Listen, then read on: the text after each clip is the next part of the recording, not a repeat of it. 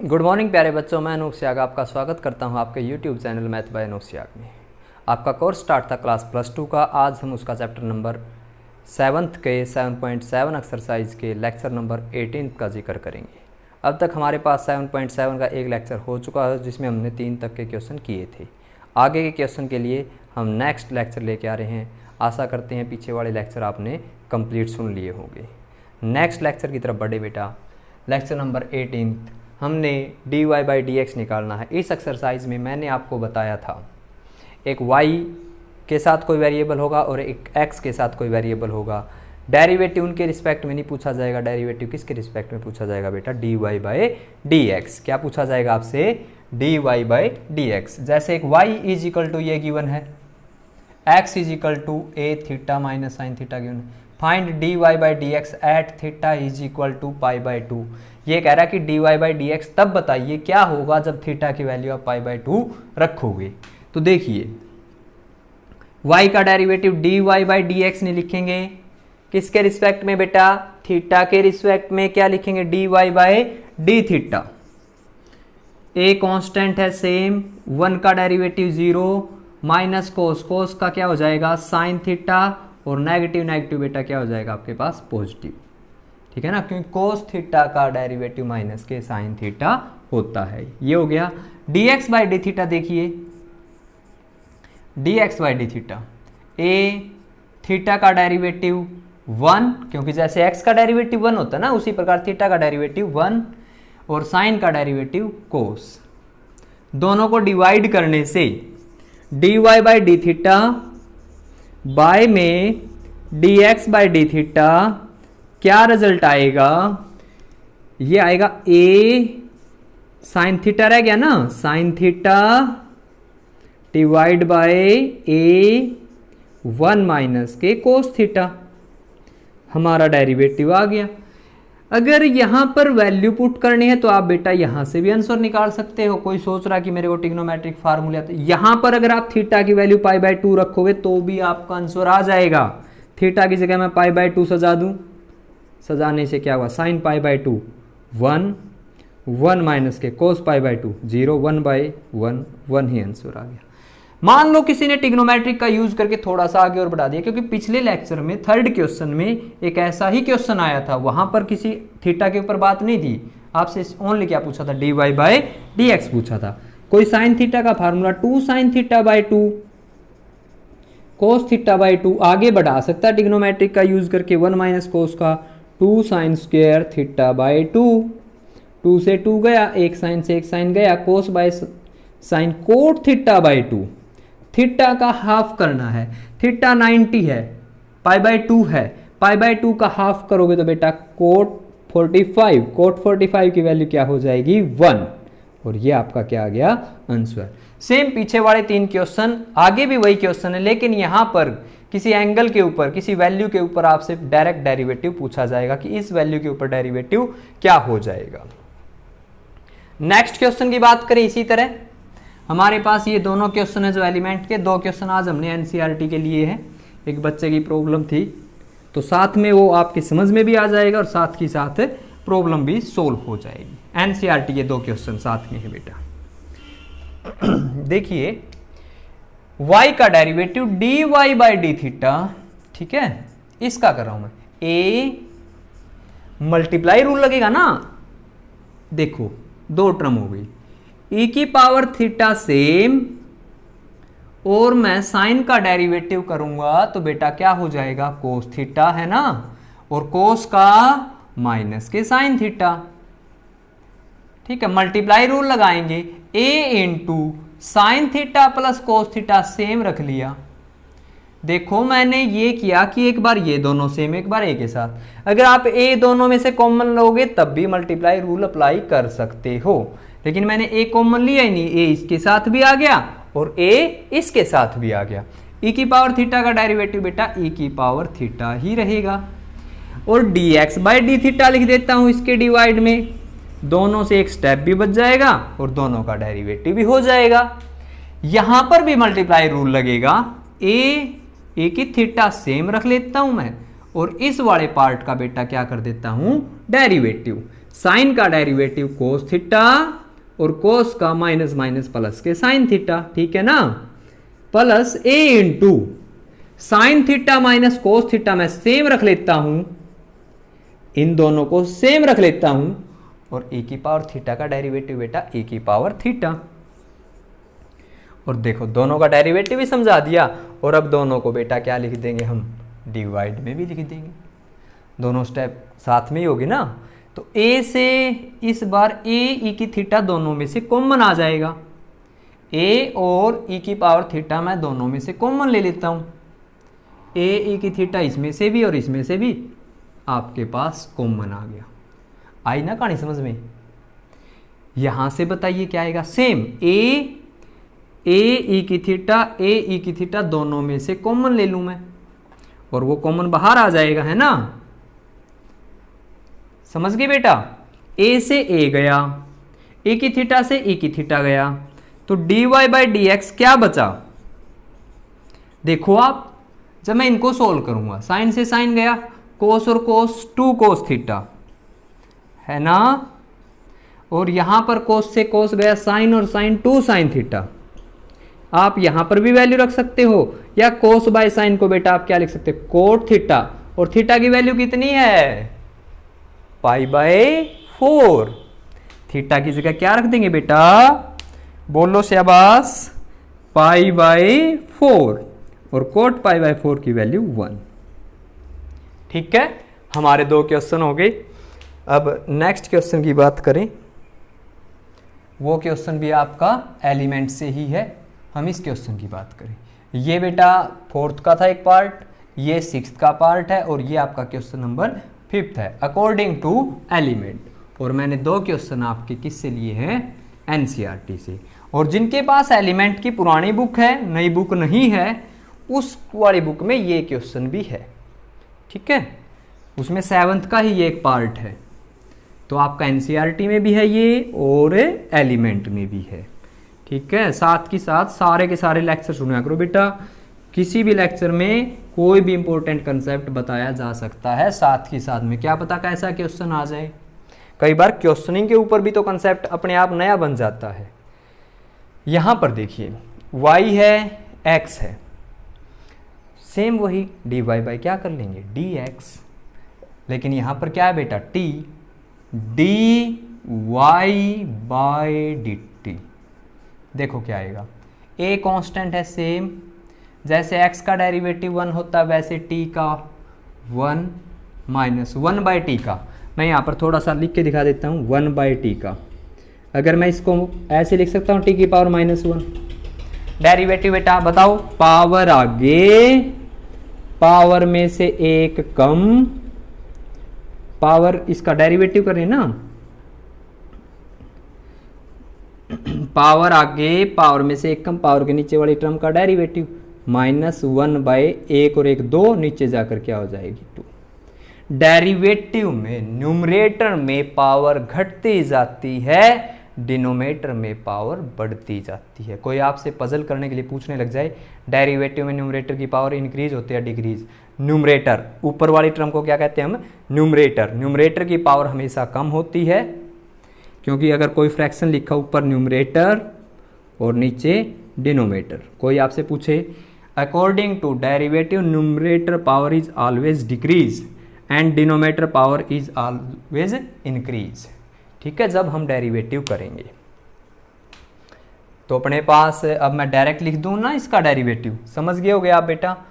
जो यहां पर माइनस का 1 बाई टी है, अगर माइनस का 1 बाई टी है तो प्लस का 1 बाई क्या हो जाएगा, टी स्क्वायर, ठीक है। और देखिए बस हो गया, उसमें क्या था, dx बाई dt क्या होगा, a कांस्टेंट है, t का डेरिवेटिव 1 प्लस का 1 बाई टी है, t का डेरिवेटिव बेटा 1 प्लस का 1 बाई टी है, अभी बताया माइनस के 1 बाई टी स्क्वायर, ठीक है। लेकिन इसके प्रूव दैट में तो x बाई वाई है। हम क्वेश्चन के पास आएंगे, भाई क्वेश्चन आपके प्रूव दैट में x बाय वाई है। हम कैसे लेकर आए, ये कहेगा कि x y किसके इक्वल है। आप ये देखो क्वेश्चन में x तो इसके इक्वल में है, लेकिन यहां पर तो स्क्वायर वाली कोई टर्म है ही नहीं। अगर मैं इसका एलसीएम लेता हूं तो टी स्क्वायर प्लस 1/t² आ जाएगा ना एलसीएम लेने के बाद बेटा। और इस वाले का क्या आ जाएगा, a t² माइनस 1/t²।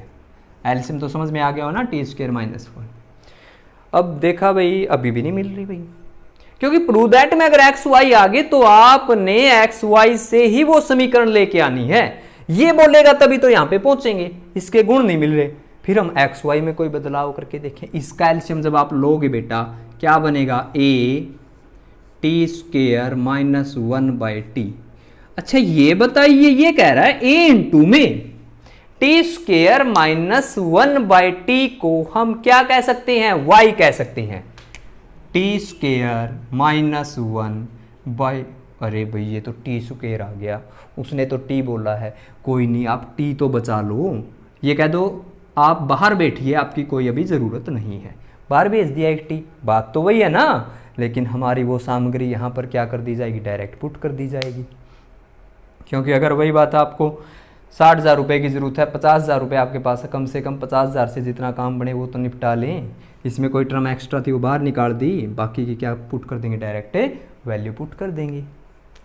और इससे पूछेंगे तो a into t² plus 1/t, t² plus 1/t, इसका भी एक t बाहर निकाल देंगे, है ना।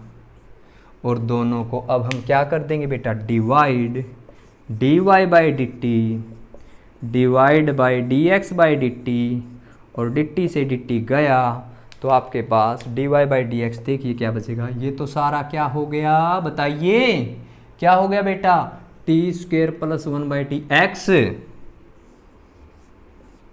और ये सारा क्या हो गया y।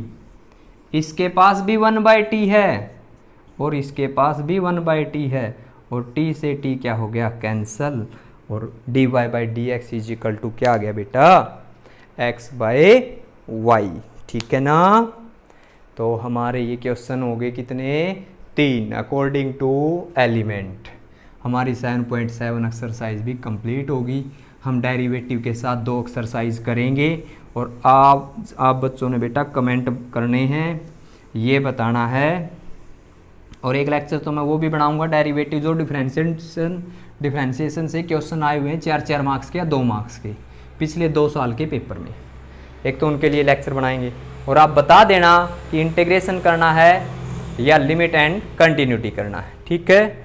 कमेंट करना है आपने यूट्यूब चैनल के ऊपर, वहाँ से आपका एनालाइज किया जाएगा भी कौन कौन बच्चा क्या क्या चाहता है, ठीक है ना। ज़्यादा से ज़्यादा इस चीज़ के लिए आप कमेंट कीजिए कि आपको क्या चाहिए। ये भी नहीं चाहिए ना, हाँ नहीं चाहिए। देखो बेटा नेक्स्ट,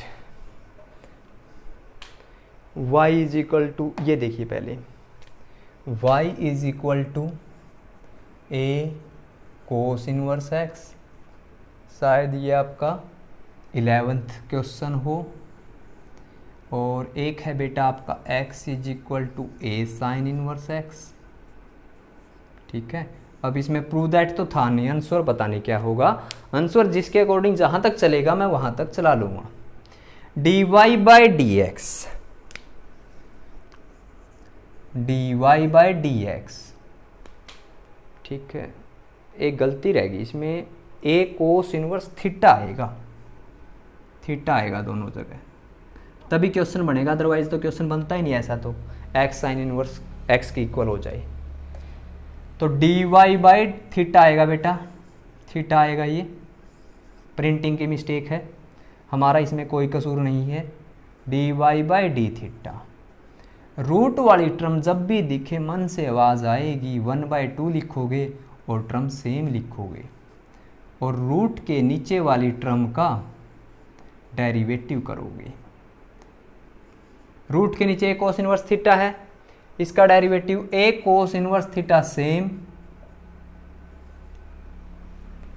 ठीक है ना। और जो इसकी पावर है उसका डेरिवेटिव, कोस इनवर्स थीटा का डेरिवेटिव 1/रूट में 1 माइनस का थीटा स्क्वायर। ठीक है, टी होगा तो टी से काम चल जाएगा, थीटा होगा तो थीटा से काम चल जाएगा। यहां पर देखिए D x by d theta, जब भी रूट दिखे मन से आवाज आएगी 1/2 लिखेंगे, सारा फंक्शन सेम लिखेंगे। जो रूट के नीचे है, जो बेटा रूट के नीचे है उसका डेरिवेटिव करेंगे। एक ही पावर कोई भी हो, एक ही पावर सेम लिखेंगे और पावर का हम क्या करेंगे, डेरिवेटिव। ठीक है, और दोनों में एक टर्म आप बच्चे भूल गए कि जो भी पावर है ए के साथ उसमें log ऑफ ए इसमें भी आएगा और log ऑफ ए आपका इसमें भी आएगा। कोस वाले का डेरिवेटिव बेटा एक इसका होता है माइनस में आता है। ठीक है, दोनों को मैं यहीं पर डिवाइड कर देता हूँ। इससे ये गया पूरे से, log ए से log ए गया। ठीक है, क्या क्या सामग्री बची वो मैं बाहर निकाल देता हूँ। 2 से 2 गया, d y by d x, sorry d y by d theta क्या बचा, इसकी तो पावर बेटा 1 है और इसकी पावर हाफ है। एक्स बाय में रूट एक्स होता, फंक्शन सेम है, एक्स बाय में रूट एक्स होता तो बताओ क्या बचता, रूट एक्स बचता। ठीक है, यहां पर देखिए इससे ये जाएगा, ऊपर रूट वाली टर्म बचेगी ए कोस इनवर्स थीटा, इससे ये जाएगी ए साइन इनवर्स रूट थीटा, और ए कोस इनवर्स थीटा को क्या बोला है, वाई, और ए साइन इनवर्स थीटा को क्या बोला है, एक्स। हमारा आंसर y/x। ठीक है बेटा, y/x। तो नेक्स्ट क्वेश्चन और देखिए, साइन क्यूब टी कोस 2t वाला है। ये हो गया यहां तक है ना। अब देखो next question,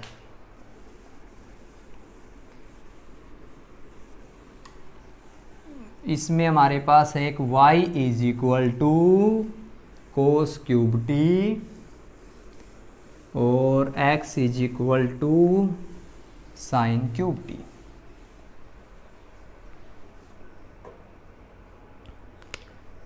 y = cos cube T by में sine 2t, x = sine cube T by में कोस 2t। ठीक है, हम डेरिवेटिव करेंगे हमारे वही नॉर्मल कंसेप्ट जो हमें आते हैं, कंसेप्ट के अकॉर्डिंग चलते जाएंगे, दोनों को डिवाइड कर देंगे, वो आंसर होगा। अगर आंसर की मैचिंग में थोड़ा बहुत और चलना पड़ा, हमें यहाँ से रास्ता नज़र आया, तो हम टिग्नोमेट्रिक के क्वेश्चन है, टिग्नोमेट्रिक एक ऐसी एक्सरसाइज है यहाँ पे बहुत सारी आपस में रिलेशनें हैं, उस रिलेशन का बेटा यूज हो सकता है। तो dy/dt नीचे वाली टर्म का होल स्क्वायर साइन 2t रह जाएगा, स्क्वायर होने से रूट गायब हो जाएगा, साइन 2t। ये साइन 2t की टर्म यहाँ पर आ जाएगी, कोस क्यूब टी का डेरिवेटिव 3 कोस स्क्वायर टी, कोस का डेरिवेटिव माइनस का साइन टी। ठीक है, माइनस ऊपर वाली टर्म सेम, जो भी रूट वाली टर्म है उसका डेरिवेटिव क्या होता है, 1/2 लिखेंगे, वो टर्म सेम लिखेंगे, रूट के नीचे वाली टर्म का डेरिवेटिव कोस 2t।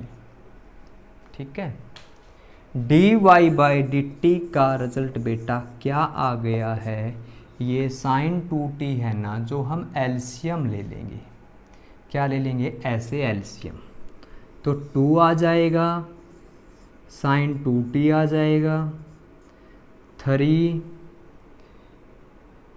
कोस स्क्वायर टी साइन टी, 3 वो माइनस का है ना साथ में, यहाँ पर बेटा माइनस के 6 आ जाएगा। एलसीएम लेने से यहाँ पर आपका कोस क्यूब टी और कोस 2t बचेगा,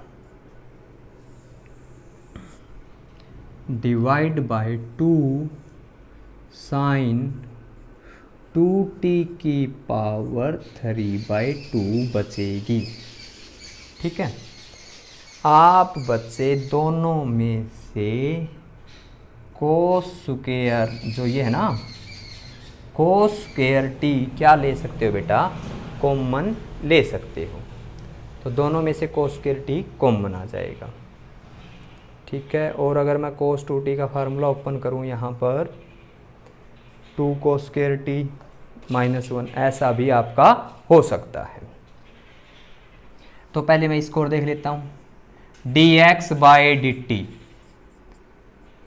नीचे वाली टर्म का होल स्क्वायर कोस 2t आ जाएगा, नीचे वाली टर्म ऊपर सेम आ जाएगी, ऊपर वाली टर्म का डेरिवेटिव होगा 3 साइन स्क्वायर t, और रूट के ये साइन का डेरिवेटिव कोस t, माइनस ऊपर वाली टर्म आपकी सेम, नीचे वाली टर्म का डेरिवेटिव 1/2 रूट में कोस 2t, कोस का डेरिवेटिव क्या हो जाएगा आपके पास साइन 2t, किसका, माइनस का। ठीक है ना, डेरिवेटिव किसका हो जाएगा बेटा, माइनस का। और एक और रह गया, एंगल का डेरिवेटिव बेटा क्या हो जाएगा 2। ठीक है, इसमें भी है ना, एंगल का डेरिवेटिव क्या होगा बेटा 2 आएगा। तो मैं इस 2 को यहीं ख़त्म कर दूंगा, तो ये 2 यहाँ नहीं जा पाएगा। समझ गया ना, एंगल का डेरिवेटिव रह गया था 2t का 2 होगा, उस 2 से ये 2 कैंसिल हो जाएगा, जो 2 यहाँ पे एलसीएम के रूप में आया वो नहीं आएगा, ये 3 ही होगा। ठीक है, और cos 2t आपका ये आ गया। यहाँ पर भी 2 से 2 क्या हो गया बेटा, कैंसिल, cos 2t इसमें भी एलसीएम आएगा तो रूट हट जाएगा, cos 2t आ जाएगा, 3 आ जाएगा, sine square T cos t, sign cube T, और माइनस का साइन 2t, प्लस का हो जाएगा, और जो आपका एलसीएम आया है वो डिवाइड में कोस 2t की पावर 3/2 हो जाएगी। ठीक है, ये आपका dx/dt। दोनों में से जो कॉमन आएगा बेटा, यहाँ से कोस स्क्वायर टी कॉमन आ जाएगा। ठीक है, और वहाँ से साइन स्क्वायर टी कॉमन आ जाएगा। दोनों को हम dy/dt के डिवाइड में dx/dt लगा देंगे। ठीक है, आंसर होता प्रूव दैट होता तो वहाँ तक चल पड़ते। अब आगे आपने बस क्या करना है, इसमें से कॉमन आना है, उसमें से कॉमन आना, और दोनों को क्या कर देना है, डिवाइड कर देना है।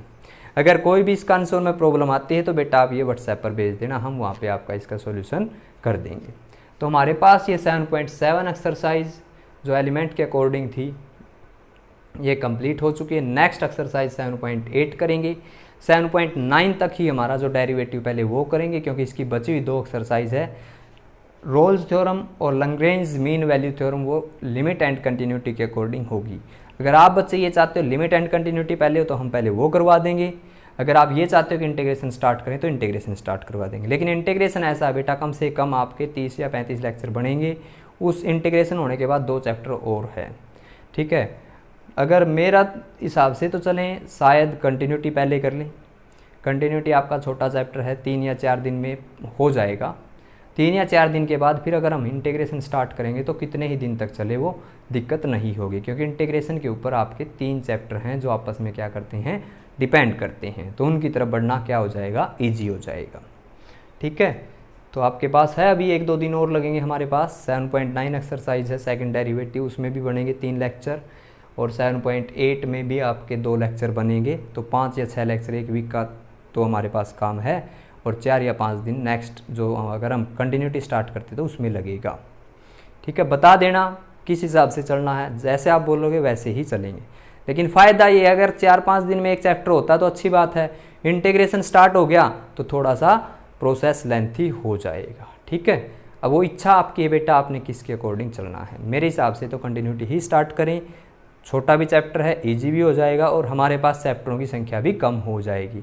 इंटीग्रेशन में एंट्री कर ली तो इंटीग्रेशन थोड़ा सा लेंथी चलेगा, ठीक है, लेकिन उसके चाहे लेक्चर कितने ही बनाने पड़ जाए कमज़ोरी नहीं छोड़ेंगे। ऐसा तो करना ही नहीं भाई एक लेक्चर बना एक्सरसाइज कर लेना। कई एक्सरसाइज तो ऐसी होगी, पहली एक्सरसाइज में क्या पता 5 लेक्चर लगा दें या 6 लेक्चर लगा दें, कोई बड़ी बात नहीं है, ठीक है। जो भी टाइम है इस हिसाब से स्पेंड करें, आपके वो काम आता रहे, ठीक है।